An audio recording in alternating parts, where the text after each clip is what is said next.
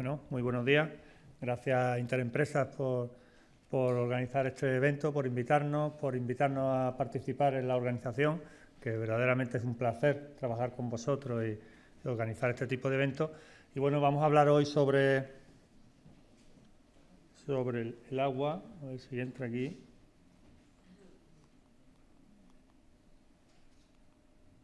Vale. Vamos a hablar un poco sobre el agua sin profundizar mucho, porque creo que el agua es la clave del pasado del aguacate, del presente y del futuro. Como bien ha hablado Víctor, es un punto estratégico en el desarrollo del cultivo del aguacate y tenemos que cambiar un poco la filosofía del enfoque del aguacate, que está catalogado como un gran consumidor de agua, que no es real. Además, en España, el cultivo del aguacate probablemente sea a nivel mundial el más eficiente en el uso del agua en el mundo. Vamos a hablar un poco de la historia del aguacate. Tenemos que saber de dónde viene para saber cómo tenemos que manejarlo. Vamos a hablar sobre la importancia del suelo, porque el suelo no siempre se ha tratado bien o no siempre se ha tenido en cuenta, y creemos que es un factor determinante a la hora de producir y de cultivar aguacate. Vamos a hablar cómo ha evolucionado el riego, de la situación actual y de los cambios que está habiendo en cuanto a dotaciones y a calidad de agua, que es un factor determinante a la hora del futuro de la industria del aguacate, y ese cambio en la calidad de agua que nos va a llevar a una reconversión de la industria. El origen del aguacate tenemos que englobarlo en tres razas: raza mexicana, guatemalteca y antillana. Raza mexicana, que está originado en las alturas, con lo cual son razas de variedades de aguacate, posta injertos de aguacate que toleran bien los fríos, pero que toleran más las aguas de mala calidad. Por otro lado, en el otro extremo están las razas antillanas, que son razas de tierras más bajas, que se han cultivado con aguas de menos calidad y están mejor adaptadas a esas aguas de menor calidad, pero, por el contrario, toleran menos frío. Entonces, hace 30 años o 40 años, cuando empezamos la industria del aguacate, solo se empezó con la variedad o con el porta injerto topa topa, un patrón de origen mexicano, que se adaptaba bien a nuestras zonas porque eran zonas más frías, pero hoy en día tenemos, gracias a Dios, tenemos un abanico, gracias a la investigación de los últimos 40 años, tenemos un abanico de patrones muy importantes que tendremos que estudiar cada vez que vayamos a hacer una plantación o que nos planteemos una reconversión industrial del aguacate, que ahora lo veremos. El aguacate proviene de suelos o de zonas con alta pluviometría, suelos de rápido y buen drenaje, altos contenidos de materia orgánica provocados por la alta pluviometría, como pueden ser en México, y con suelos, como suelos prácticamente boscosos que son, con pH de 5 y 6. Quedarse con esto porque, claro, eso lo hemos trasladado aquí y aquí tenemos justo lo contrario, ¿vale? El sistema radicular del aguacate es un sistema radicular superficial. Prácticamente el 70% de las raíces están en los primeros 40 centímetros, incluso tenemos un 5 o un 10% de raíces. Para que el cultivo del aguacate funcione bien, necesitamos entre un 5 y un 10% de raíces fuera del suelo, en esa capa de mulching orgánico que tenemos que generar sí o sí. Tiene un alto requerimiento de oxígeno, requiere un buen drenaje y lo que estamos hablando es necesidad de cubierto orgánico. Creo que esa es la clave del desarrollo o del éxito del cultivo del aguacate. Está catalogado en el libro del palto, en el libro del aguacate, como un comedor de restos vegetales, es cierto. Ahí es donde se instala, en la cubierta orgánica, donde se instalan las raicillas alimenticias. No tiene pelos absorbentes, en la raíz del aguacate absorbe el agua y los nutrientes por las puntas, que son nuevas. Es un sustrato bien ventilado. Ese sustrato orgánico tiene una alta capacidad de retención de agua, con lo cual nos permite jugar muy bien con el riego. Es la clave para un buen manejo de riego y evitar los estrés puntuales que se provocan y que nos provocan al final todos estos tipos de estrés, nos provocan caída de fruto.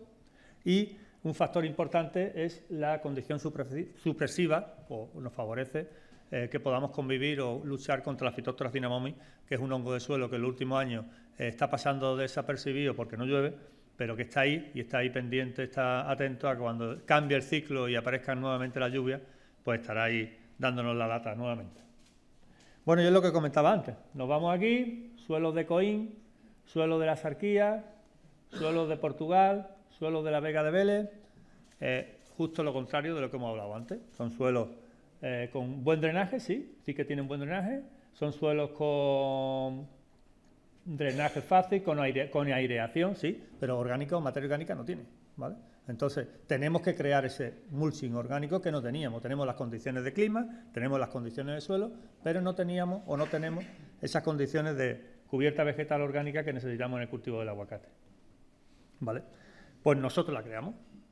Siempre que cultivamos aguacate, todos los restos de poda, todos los restos de hojas, tenemos que favorecer que se queden en nuestro suelo. ¿Para qué? Para que cuando se retire la hojarasca nos encontremos ese 5 o 10% de raíces fuera del suelo. Cuando nosotros retiramos la hojarasca y vemos esto en el suelo, está asegurado el éxito del cultivo del aguacate. Pasa a un segundo plano la nutrición, sí, el tema está en un buen manejo del riego y un buen manejo del suelo, aparte de un buen manejo de poda, ¿no? Que de hoy no vamos a hablar de eso.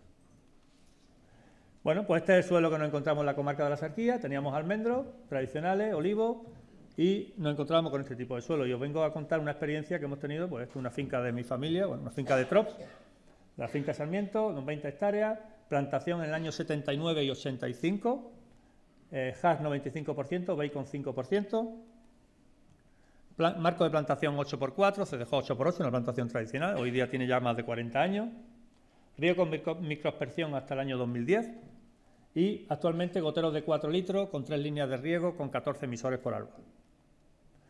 Desde que se plantó el árbol allí, todos los restos de poda, 100% de los restos de poda se han ido triturando en la parcela, ¿vale? En los últimos años, desde el 2015 para acá, que eliminamos el uso de herbicidas, mantenemos una cubierta vegetal siempre que podemos, siempre que hay lluvia y tenemos humedad. Este es el aspecto de los sensores de humedad cuando están cubiertos con la hoja. Retiramos la hojarasca y aquí es donde empieza lo bueno o lo interesante del cultivo del aguacate para los que lo han tildado como un producto no sostenible y un producto que es un gran consumidor de agua y que desertifica la zona. Pues bueno, pues aquí estamos nosotros para decirles que están totalmente equivocados, que es un cultivo en el cual tiene un consumo eficiente de agua y miren ustedes, después de 40 años cultivando aguacate, aquí tenemos unos 35 o 40 centímetros cuando metemos la barrera en el suelo, aquí empieza el suelo y todo esto es materia orgánica, ¿vale? ¿Cuáles son los resultados? ¿Cómo ha sido la evolución? Este es el suelo inicial del suelo de la Axarquía, un análisis típico del suelo de la Axarquía, con un 0,25% de materia orgánica y que 40 años después tenemos un 8,78% de materia orgánica en el perfil 0,40. Eso es más materia orgánica que los suelos de bosque de Galicia o parecido a ese suelo, ¿vale? Hemos conseguido bajar el pH del suelo de 7 y pico a por debajo de 7, es decir, empieza a hacer un suelo ya de bosque. Hemos conseguido mejorar la estructura del suelo, arena que teníamos un 72% y arcilla un 9%, hemos conseguido bajar la arena un 51% y ya tenemos un 21% de arcilla. Es decir, el aguacate es un mejorador nato de la estructura del suelo y un mejorador nato del suelo, con lo cual es un cultivo que es totalmente sostenible y al contrario, es un mejorador del ecosistema o del sistema que hay en donde se cultiva, ¿vale? Y ahora vamos a hablar un poco de la evolución del riego del aguacate. Bueno, cuando empezamos en los años 70 y tantos, 80, había parcelas que se regaban a pie, ¿vale? Con un elevado coste de agua, ya eso ha desaparecido gracias a Dios hoy en día. Se utilizaron microtubos, toberas, microaspersores, todos estos sistemas de riego no compensados, es decir, se hacía un uso de agua, bueno, el que se tenía en aquellos tiempos, las técnicas de cultivo que teníamos, que eran avanzadas ya para aquellos tiempos. Bueno, esos cultivos, esos tipos de riego tenían una baja eficiencia, unos caudales irregulares, al final tenían un elevado coste de agua, un elevado gasto de agua. Todo esto ha ido evolucionando a lo que estamos utilizando hoy en día, que son tuberías con goteros integrados, con 2 o 3 líneas portagotero por línea de árbol, con caudales muy bajos, de entre 1 y 2,2 litros por hora, o bien, el otro sistema que también se está utilizando masivamente es los goteros de bajo caudal, de 2 a 4 litros hora, y siempre lo importante en el cultivo del aguacate es que nuestro sistema de riego se aproxime a un 50% del área sombreada por la copa del cultivo, ¿vale? Ahí es una de las claves del riego del cultivo del aguacate. Hablamos entre el 30 al 50, cuanto más cerca del 50 mejor. Y lo importante del aguacate, para hacer un buen riego, ¿cuándo tenemos que regar o cuánto tenemos que regar? Eso es la clave y para eso necesitamos el uso de sensores. Hoy en día la tecnología ha evolucionado. No, por un lado tenemos las necesidades del cultivo, cómo estamos manejando el cultivo, y por otro lado tenemos todas las herramientas de digitalización que tenemos en el mercado, que tenemos que utilizarlas. Pero entre todo esto tenemos que hacer una mezcla que sea sostenible, que sea realmente que lo podamos aplicar. Hay fincas que tienen un montón de sensores, que tienen un montón de datos, pero realmente no saben usarlo o realmente no lo usan. Para eso cobra un papel importante la formación, que TROPS está aportando claramente por la formación a los agricultores y el asesoramiento de un técnico que realmente profesionalice el cultivo del aguacate o las fincas donde se cultiva aguacate. Para ello tenemos que utilizar sensores de humedad, da igual de los que sean, si sean tensiómetros o son en porcentaje de volumen. La herramienta del dendrómetro en el aguacate creo que es una herramienta fundamental también, nos da una información que casi con el dendrómetro manejando bien o teniendo conocimiento del cultivo se puede manejar incluso casi mejor que con los sensores de humedad.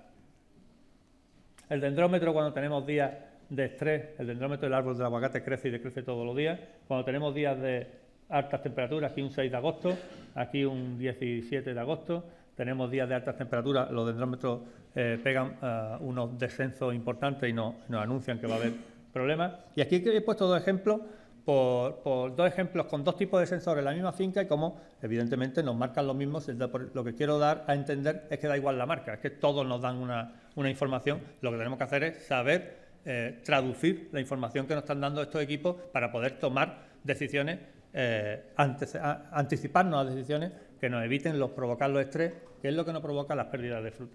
Mira, aquí tenéis un día 13 de agosto en el cual las temperaturas llegaron casi a 40 grados y la humedad relativa bajaron de un 20%. A las 12 de la mañana la humedad relativa estaba al 50%, igual que todos los días, porque vemos la gráfica, estaba prácticamente igual.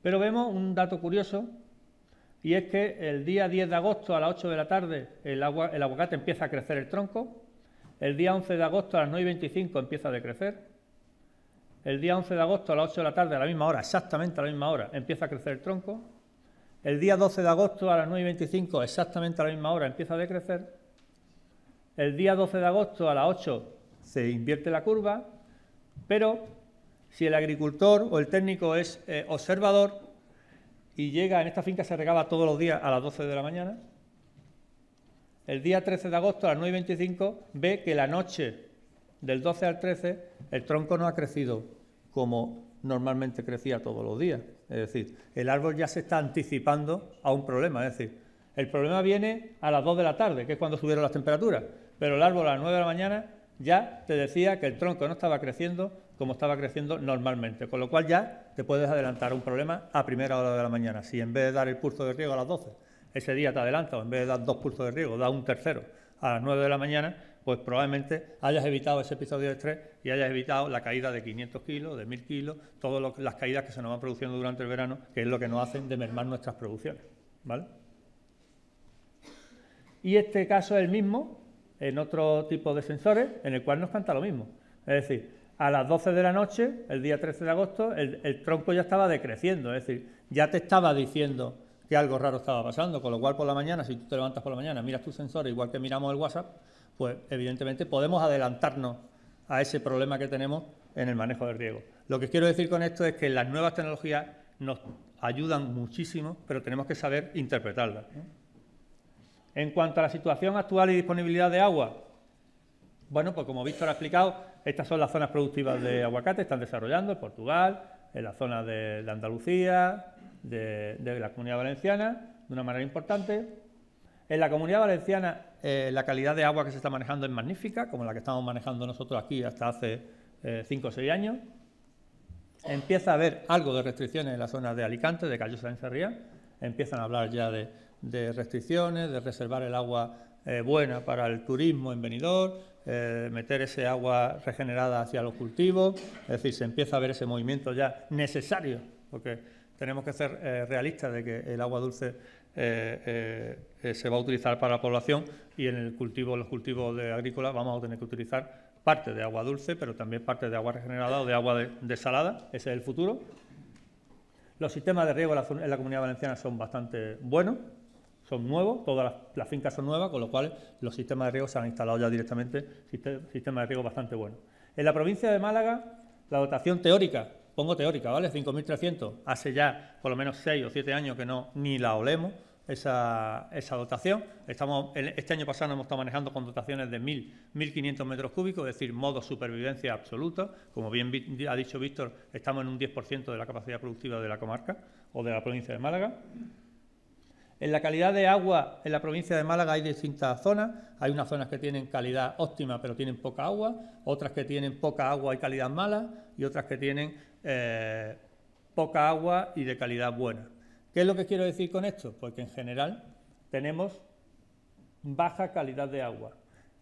¿Y qué nos lleva a esto? Que tenemos fincas en la provincia de Málaga, la mayor parte de los cultivos, todas tienen más de 20-25 años, la maquinaria está amortizada y ha llegado el momento, si el escenario de calidad de agua no ha bajado, porque tenemos que utilizar el agua regenerada, allí es indispensable el uso de agua regenerada. Tenemos patrones que ya están amortizados con 25 años, topa, origen México, que no toleran salinidad, con un empeoramiento de la calidad del agua, pues eso nos lleva a una necesidad sí o sí de reconvertir la industria del aguacate. Tenemos que arrancar las plantaciones y tenemos que iniciar de nuevo. O arrancamos, iniciamos, o nos salimos del cultivo, ¿vale? Eso es una necesidad en la provincia de Málaga. En la provincia de Granada, pues parte de lo mismo. Allí hay partes que tienen calidad de agua, pero otras zonas, como la zona de Almuñécar y la Herradura, que están teniendo unos problemas de salinidad tremendos, con poca cantidad de agua, con lo cual plantaciones también de 30 o 40 años.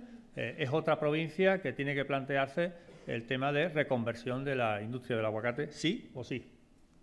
La provincia de Cádiz es más joven, esta zona de aquí, la zona de Algeciras, son plantaciones con menos de 10 años prácticamente todas, y ya me anuncian de que para este año la dotación de agua está reducida a 4.000 metros cúbicos por hectárea y año, ¿vale? Esa dotación de agua para esta zona es insuficiente. El cultivo del aguacate, estamos con nuevas tecnologías,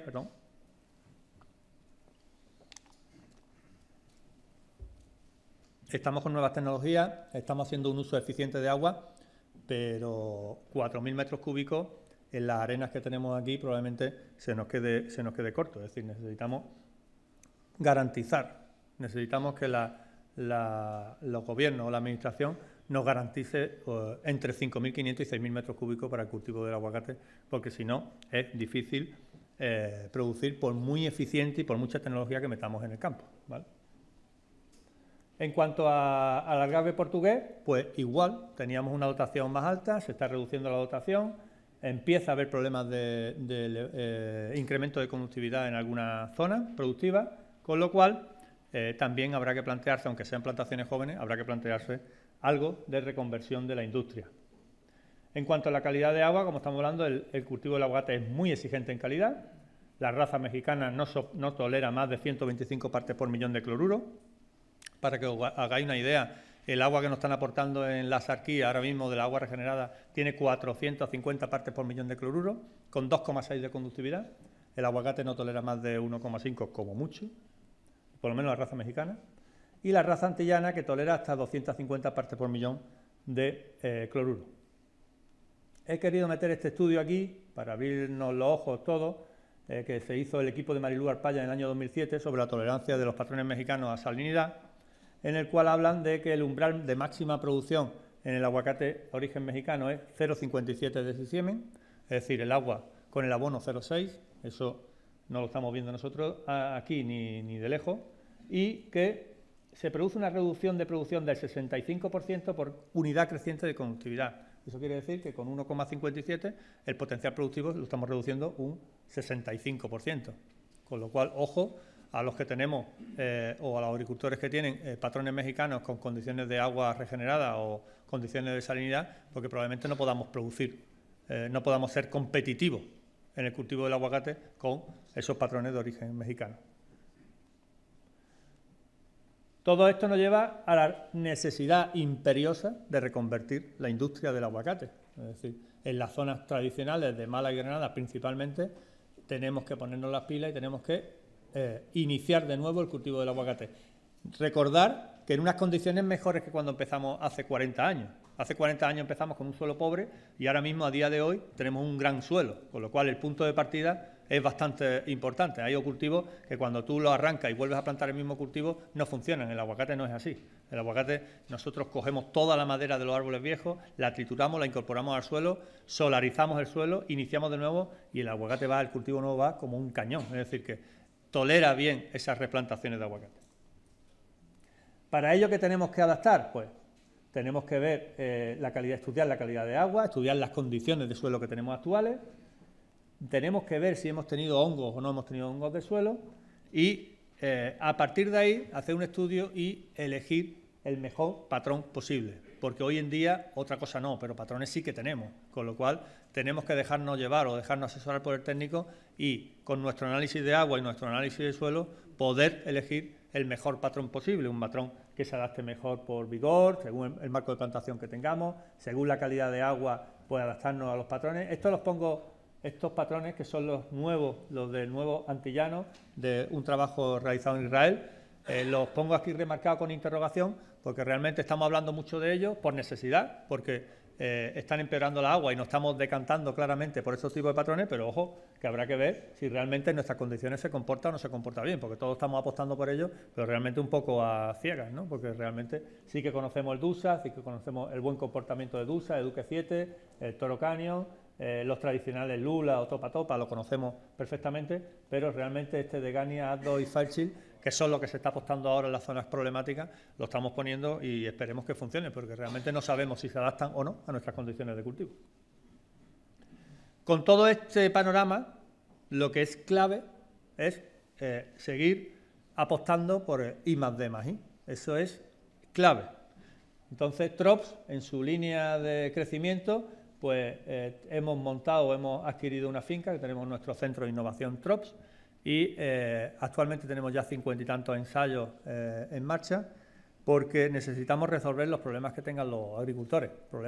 El agricultor tiene problemas específicos de manejo, de fertilización o, por ejemplo, de cómo se comportan estos tipos de patrones, y en ello estamos estudiando, estamos probando no sé cuántas marcas de sensores de humedad para ver cuál es el que mejor se puede adaptar o cuál puede ser más fácil el uso del agricultor. Estamos probando cómo se comportan en déficit de agua, con estrés hídrico, los distintos patrones que estamos manejando ahora mismo en el mercado. Se está haciendo un ensayo con uso de agua regenerada en distintos niveles, es decir, se están haciendo, también hay un ensayo montado sobre manejar el riego con riego inteligente 100% automático, que está funcionando fenomenal con unos ahorros de agua tremendo. Es decir, se está trabajando mucho en I+D porque esa es la clave del futuro, ¿vale?